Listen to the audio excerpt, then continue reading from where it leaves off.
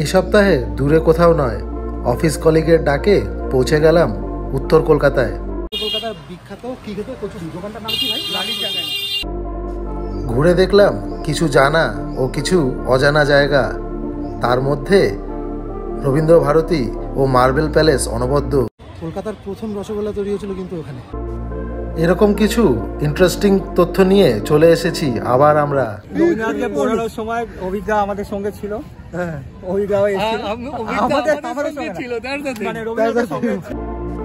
উত্তর কলকাতার অলিতে গলিতে সময় কাটাবো আমরা চারজন।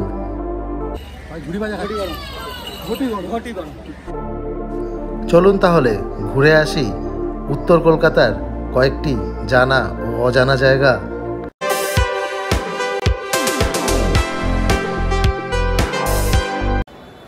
সকাল সকাল মেট্রো ধরে পৌঁছে গেলাম গিরিশ পার্ক মেট্রো স্টেশনের বাইরে, এবং সেখানেই কাছেই রয়েছে এই বিখ্যাত দোকানটি।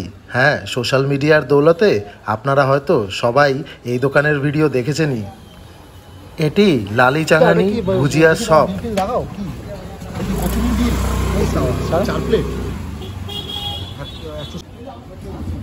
দুপুর 12টার সময়ও এই দোকানে কচুরি খাওয়ার লাইন দেখে তাক লেগে গেল বন্ধুরা। চলে এসেছি উত্তর কলকাতার বিখ্যাত কি খেতে কচুরি দোকানটার নাম কি ভাই? লালি চাঙানি। লালি চাঙানি। তো আপনারা সোশ্যাল মিডিয়ায় দেখেছেন নিশ্চয়ই। তো আজকে এসেছি, আজকে হ্যাঁ বীরেশ্বরকে মিস করবেন, বীরেশ্বর নেই, আমরা সব অফিস কলিগরা মিট করেছি। হ্যাঁ যাবো, অনেকগুলো জায়গা দেখবো, তার আগে কচুরিটা একটু টেস্ট করবো। পপুলার হলেও প্রচণ্ড ওভার রেটেড এই কচুরি। তবে তারপরে আমরা পৌঁছলাম মার্বেল প্যালেসে। বিখ্যাত জমিদার রাজেন্দ্র মল্লিকের 180 বছর পুরনো বাড়ি এটি। এই বাড়িটি এখন একটি মিউজিয়াম। তখনকার দিনে সম্পূর্ণ ইটালিয়ান মার্বেলে তৈরি এই বাড়িটি, আর এখানকার অনেক আর্টিফ্যাক্টসই বেলজিয়াম এবং গ্রিসের। আমরা এসেছি রাজেন্দ্র মল্লিকের মার্বেল প্যালেস দেখতে। হ্যাঁ, জোড়াসাঁকোর কাছে খুব পুরনো এই বাড়িটি। মুক্তারাম বাবু স্ট্রিট, তাই না? পুরো বাড়িটি মার্বেলের, এমনকি সবচেয়ে পুরনো চিড়িয়াখানা কিন্তু এখানেই রয়েছে। ঠিক আছে, কলকাতা প্রথম চিড়িয়াখানা। হ্যাঁ, টিকিট লাগে না, ভিতরে কিন্তু ফটোগ্রাফি ভিডিওগ্রাফি পুরোপুরি প্রহিবিটেড। কলকাতার মাঝখানে, যেটা অভিজ্ঞতা বলছিলে যে কলকাতার মাঝখানে এরকম একটা জায়গা আছে, এরকম শান্ত, এরকম গাছপালা দিয়ে, তার মধ্যে একটা চিড়িয়াখানাও আছে যেখানে হরিণ ফরিণ ঘুরে বেড়াচ্ছে। এটা কিন্তু অবাক লাগছে ভাবতে, একদম উত্তর কলকাতার একদম হার্টের মধ্যে। কোভিডে 4 বছর বন্ধ থেকে সম্প্রতি খুলেছে এটি। ফটোগ্রাফি এবং ভিডিওগ্রাফি কঠোরভাবে নিষিদ্ধ এখানে।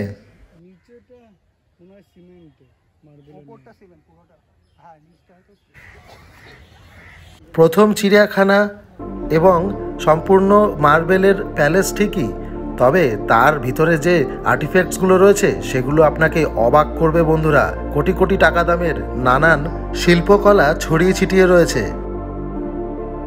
গাইড দ্বারা ঘুরে দেখতে দেখতে বেশ অনেকটা সময় লাগলো বন্ধুরা।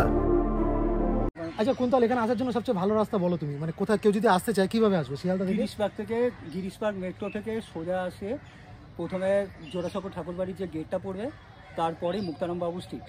মুক্তারাম বাবু স্ট্রিটেই, মুক্তারাম বাবু স্ট্রিটে ঢুকে 3-4 মিনিট পায়ে হাঁটা রাস্তার বাদিকে পড়বে। আসার সময় কিন্তু আধার কার্ড ম্যান্ডেটরি, যে কোনো আইডি কার্ডও হতে পারে, রাখতে পারেন। একটা আইডি কার্ড সাথে রাখবেন, সবাইকে না আনলেও চলবে। যদি গ্রুপে আসেন তাহলে 2-1 অবশ্যই আনবেন। বিশাল বড় জায়গা জুড়ে দাঁড়িয়ে থাকা এই সাদা ধবধবে মার্বেল প্যালেসটি এই রৌদ্রোজ্জ্বল গরমে কিন্তু আরও যেন ফুটে উঠেছে। তারপরেই নজরে পড়ল এই ধ্বংসপ্রায় দোকানটি। হ্যাঁ, এটিই প্রথম রসগোল্লার দোকান। আমাদের পিছনে ওই যে বাড়িটি দেখছেন, কলকাতার প্রথম রসগোল্লা তৈরি হয়েছিল কিন্তু ওখানে। নবীনচন্দ্র দাস রসগোল্লার স্রষ্টা, এটা আমরা সবাই জানি। এমনকি অনেক দোকান আছে কেসি দাসের কলকাতায়, এটাও জানি। তবে নবীনচন্দ্র দাস তৈরি করে জোড়াসাঁকো যে দোকান ঘরটা প্রথম নিয়েছিল, এই দোকান ঘরটিতেই প্রথম রসগোল্লা আবিষ্কার। হ্যাঁ, খুব একটা ভালো কন্ডিশনে নেই, তবে এখনও মানে সেই ওরকমই রয়েছে আর কি। সামনেই হচ্ছে দুধপট্টি, যেখানে দুধের মার্কেটের নিলাম হতো। আচ্ছা, গাঙ্গুরাম থেকে শুরু করে দুধ ব্যবসায়ী যে কটা বিখ্যাত ছিল সব এখানেই দুধ বিক্রি হতো। মানে এটা এখানে হওয়ার কারণটাই এটা ছিল যে সাথেই মার্কেটটা ছিল, এই সামনেই দুধপট্টিটা পেরিয়ে এলাম, সামনেই গাড়িগুলো দাঁড়িয়েছে, ওখানেই দুধপট্টি। রসগোল্লা নিয়ে তো আপনারা জানেন যে খুব একটা বিতর্ক আছে যে কোথাকার কে প্রথম করেছিল। তো হ্যাঁ, কলকাতার বুকে কিন্তু এটাই ছিল প্রথম রসগোল্লার দোকান। তারপর পৌঁছে গেলাম রবীন্দ্র ভারতীতে। হ্যাঁ, রবীন্দ্রনাথের সেই বাড়ি যেখানে তার স্মৃতিগুলিকে সামনে রাখা রয়েছে একটি মিউজিয়ামের মধ্যে। সবার প্রথমেই দেখলাম তার ব্যবহৃত তখনকার সেই গাড়ি। এই জায়গাটিতে রয়েছে 450-রও বেশি ঘর, তার মধ্যে 150টি এখন মিউজিয়াম। চলে এসেছি আমরা রবীন্দ্র ভারতীতে। হ্যাঁ, এখানে দেখালাম যে গাড়িটা, ওটা রবীন্দ্রনাথেরই গাড়ি ছিল। হ্যাঁ, ওনার বাড়ি এখানে, ওনার বাড়িটা মিউজিয়াম হয়েছে, তো সেটাই দেখতে এসেছি। ঢোকার জন্য 20 টাকা করে টিকিট লেগেছে প্রত্যেকের, আর ফটোগ্রাফি ভিডিওগ্রাফির জন্য 50 টাকা টিকিট কাটতে হবে, সেটা ভিতরে মিউজিয়ামের সামনেই পাওয়া যাবে। টিকিটটা এই যে এরকম দেখতে টিকিটটাও, 4 জনের জন্য 4টে টিকিট, অর্থাৎ 80 টাকা লেগেছে আমার। রবিবার সহ যে কোনো সরকারি ছুটির দিন কিন্তু এই জায়গাটি বন্ধ থাকে। বাকি যে কোনো দিন বিকেল 5টা অবধি আপনারা এখানে অনায়াসেই ঘুরে যেতে পারেন, মাত্র 20 টাকার টিকিট কেটে। আমরাও ভিতরে ঢুকে পড়লাম এবং পারমিশন করিয়ে নিলাম মোবাইল ফোন ক্যামেরার। যদিও মিউজিয়ামের ভিতরে কিন্তু ফটোগ্রাফি ভিডিওগ্রাফি কঠোরভাবে নিষিদ্ধ। ক্যাম্পাসের ভিতরে ফটোগ্রাফি জন্য লাগলো 50 টাকা।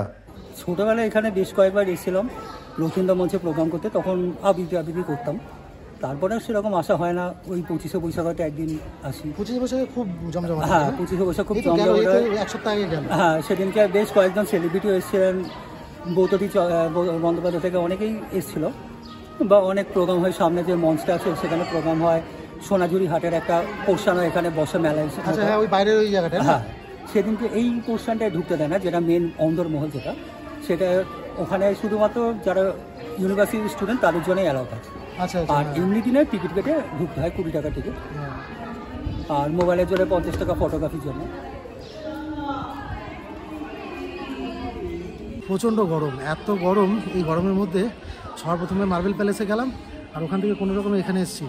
হ্যাঁ, ছাওয়া আছে, একটু বসে আছি, ঘুরে দেখবো, যতটা সম্ভব দেখাবো। মিউজিয়ামের ভিতরে কিন্তু ফটোগ্রাফি ভিডিওগ্রাফি অ্যালাউড নয়। কিছুক্ষণ জিরিয়ে নিয়ে আমরা তৈরি হয়ে নিলাম এবার মিউজিয়ামটি ঘুরে দেখব বলে।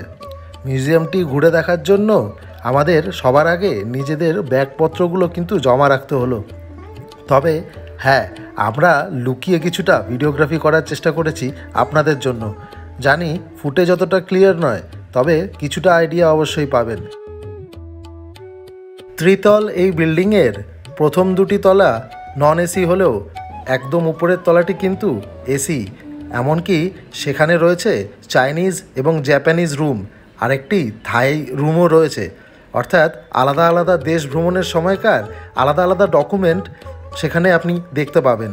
আর পাবেন ঠাকুর পরিবারের ব্যবহৃত কিছু জিনিস, তাদের ফ্যামিলি ট্রি, এমনকি তাদের পরিবারবর্গের সবার নাম, ছবি এবং ডিটেলও।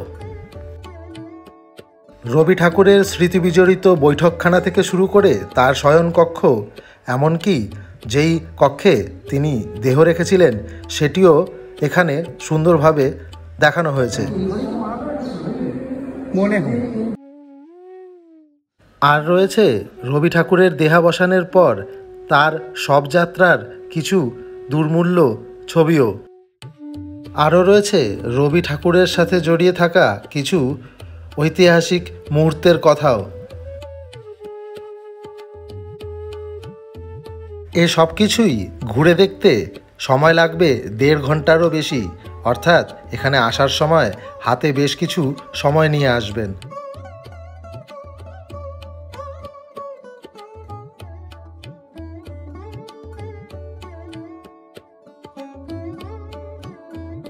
সময় নিয়েই ঘুরে দেখলাম পুরো জায়গাটি, আর তারপর বেরিয়ে এলাম বাইরে।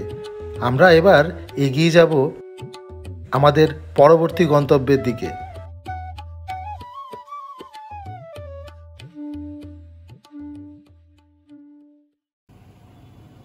কি ভাবছেন আমাদের সাথে আজকে কি স্বয়ং রবীন্দ্রনাথ চলে এসেছেন? হ্যাঁ, উনি কিন্তু উনাকে এখানে দেখা যায় প্রায়। কিছুদিন আগে কুন্তলেই তো ছিল, ছবিটা শেয়ার করেছিল না? হ্যাঁ, 25শে বৈশাখের দিন না, 25শে বৈশাখের দিন ও ছবিটা শেয়ার করেছিল। আজকে সামনাসামনি দেখছি, হ্যাঁ ওই ছবির সাথে তো কোথাও কোনো রকম ডিফারেন্স পাচ্ছি না। আপনার নাম? সম্রাট। আচ্ছা। পথে পড়ল আরও একটি ঐতিহাসিক বাড়ি। জায়গাটা এই কথিত আছে যে এই যে শিব মূর্তিটা আছে, শিব মূর্তিটা প্রতিষ্ঠা করতে স্বয়ং রামকৃষ্ণদেব এসেছিলেন। আচ্ছা, রামকৃষ্ণদেব এসেছিলেন। হ্যাঁ। এটা কি হরকুঠির? হরকুঠির বাড়িটার নাম হচ্ছে হরকুঠির। আচ্ছা, পাথরিয়া ঘাটের হরকুঠির। হ্যাঁ ওই তো শিবলিঙ্গটা রয়েছে না, বহু পুরনো বাড়ি। তারপর আমরা পৌঁছে গেলাম রবি ঠাকুরের সমাধিস্থলে। হ্যাঁ, এই জায়গায় আমরা আগেও এসেছি, তবে আজ যেহেতু রবি ঠাকুরের বাড়ি ঘুরলাম সেহেতু এখানে না এসে পারলাম না। যে বিকেলের পড়ন্ত আলোয় এই জায়গাটি অপরূপ সুন্দর লাগছিল, এমনকি অনেক লোকই এখানে এসেছেন এই জায়গার এই সৌন্দর্য অনুভূতি নিতেই।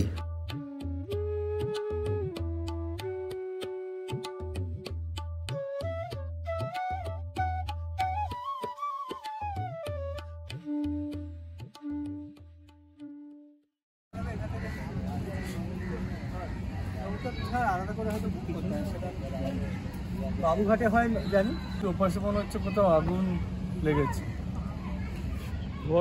ওটা কোনো হ্যাঁ তাই মনে হচ্ছে, ওটা কিছু একটা আগুন ফাগুন লেগেছে নাকি? কারখানার ধোয়া নয়, কারখানা ধোয়া নয় ওটা। একসঙ্গে উঠছে অনেকটা জায়গাতে। হ্যাঁ, ওই পাটটা কি আছে তাহলে? শালকিয়া। শালকিয়া। মানে শালকিয়ার কোনো কারখানায় অভিদা বলো কি বলছিলে, কি আগে এসছো এখানটা এসছো? আগে এসছি, আগে যখন রবীন্দ্রনাথকে পড়ানো হয়েছিল তখন তার আগে এসেছিল, ওই জন্য তুমি আইডেন্টিফাই করতে পারছি না। এইখানে রবীন্দ্রনাথকে পড়ানোর সময় অভিজ্ঞা আমাদের সঙ্গে ছিল। হ্যাঁ, অভিজ্ঞা আমাদের সঙ্গে ছিল, মানে রবীন্দ্রনাথের সঙ্গে ছিল, আমাদের সঙ্গে ছিল। রবীন্দ্রনাথের সঙ্গে ছিল। এটাই হচ্ছে আমার।